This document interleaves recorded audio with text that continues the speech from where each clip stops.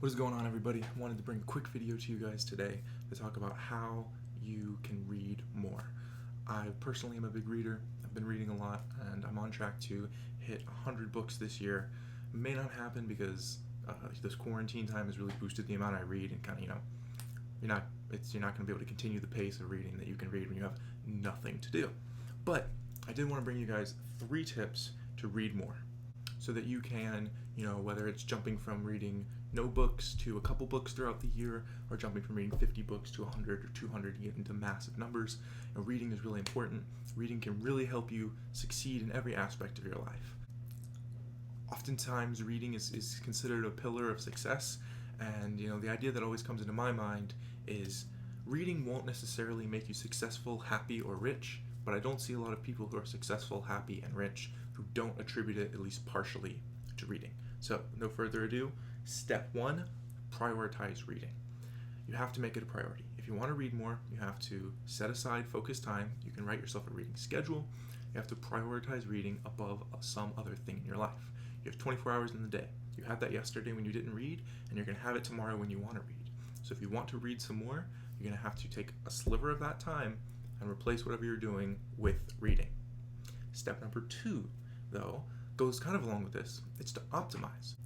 There's actually some point in your day that you could add reading in the form of an audiobook. Now you might say, oh, that's not reading. Well, it's still consuming the knowledge from the book.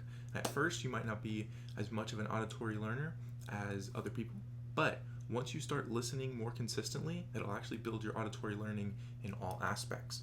So whether it's doing chores, driving, or exercising, you can optimize your time by listening to a book instead of just wasting that time. Then the third step is to enjoy. This is the most important thing. You have to enjoy what you're reading. If you think, oh, the only way I'm going to get good stuff out of reading is by reading self-help books or reading books about money, but you hate those, no, that's not going to work. Find something you enjoy reading, whether it's fiction or sci-fi or whatever. Elon Musk loved reading sci-fi. One of the reasons he's so successful is because his love of sci-fi, his love of reading about sci-fi, has driven him to found SpaceX, and his desire to colonize other planets comes from reading sci-fi books. Because you would think that you wouldn't get anything from sci-fi books. No, the ability to tell stories, the connections you can make in your mind, and the ability to become a better conversationalist can come from any type of books. So the next time, also, if you're not enjoying what you're reading, you're just not going to do it. So, banging your head against the wall, trying to read a book on philosophy or a book on money that you don't enjoy, don't do it. Try some different genres, sample some different areas, figure out what you like, and start small. Work your way up, and then eventually you're going to enjoy reading so much that you'll be able to read from any genre, any aspect, even the things you'd consider more boring, like self-help books, philosophy books, personal development books.